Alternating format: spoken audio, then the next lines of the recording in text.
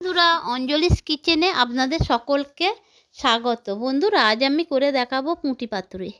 কিভাবে পুঁটি পাতুরিটা বানাই আপনারা দেখতে থাকুন। প্রথমে এই যে পুঁটি মাছগুলো নিয়ে তারপরে লাউ পাতাটাকে কেটে বেছে ভালো করে জলে ধুয়ে নিচ্ছি বন্ধুরা, যাতে করে কোনো নোংরা না থাকে, সেই জন্য একটু ভালো করে আমি ধুয়ে নিচ্ছি। এইভাবে সমস্ত লাউ পাতাগুলোকে আমি ধুয়ে নিলাম বন্ধুরা। এবারে ধোয়া বাছা ওই যে পুঁটি মাছগুলো কেটে বেছে ধুয়ে রেখেছি। এরপরে একে একে পরিমাণ মতো লবণ, হলুদ গুঁড়ো, লঙ্কা গুঁড়ো মাখিয়ে নিচ্ছি। আর নিচ্ছি গোটা সর্ষে, ধনিয়া পাতা, কাঁচা লঙ্কা আর একটু লবণ দিয়ে বেটে রাখা পেস্টটা দিয়ে এবারে এর মধ্যে দিয়ে দিলাম কিছুটা সরিষার তেল। তারপরে হাত দিয়ে ভালো করে মেখে নিচ্ছি বন্ধুরা মাছগুলোকে। আমার মাছটা মোটামুটি ম্যারিনেট করে কিছুক্ষণ রেখেছিলাম।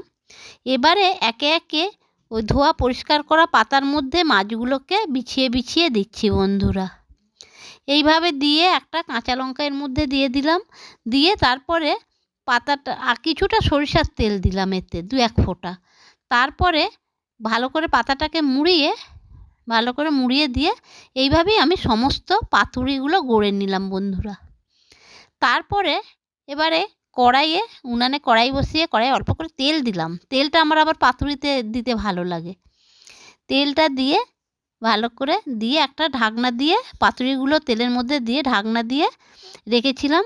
তারপরে ঢাকনাটা খুলে পাতুরিটা আরেক পিঠ উল্টিয়ে দিলাম।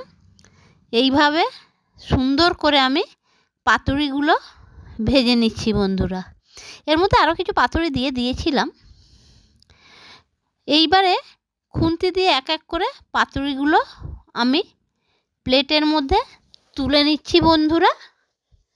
এইভাবে একটা একটা করে পাতুরিগুলো তুলে নিলাম বন্ধুরা। কত সুন্দর হয়েছে বন্ধুরা দেখুন। আমি কিন্তু সুতো দিয়ে বাঁধিনি বন্ধুরা পাতুরিগুলো, এমনিতেই হয়ে গেছে। লাউ পাতা তো খুব নরম ছিল, এমনিতেই হয়ে গেছে, বাঁধতে লাগেনি।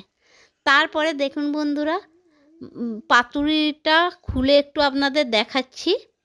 কত সুন্দর সিদ্ধ হয়ে গেছে পুঁটি মাছগুলো, কত সুন্দর হয়েছে পাতুরিটা। আর একটা দেখাচ্ছি, এই দেখুন বন্ধুরা, কত সুন্দর রেডি করে ফেলেছি আমার পাতুরিটা। আপনারাও এইভাবে বানিয়ে খাবেন, খুব ভালো লাগবে বন্ধুরা। দেখুন বন্ধুরা, মাছটা কত সুন্দর সিদ্ধ হয়ে গেছে। আমার রেডি হয়ে গেল পাতুরি।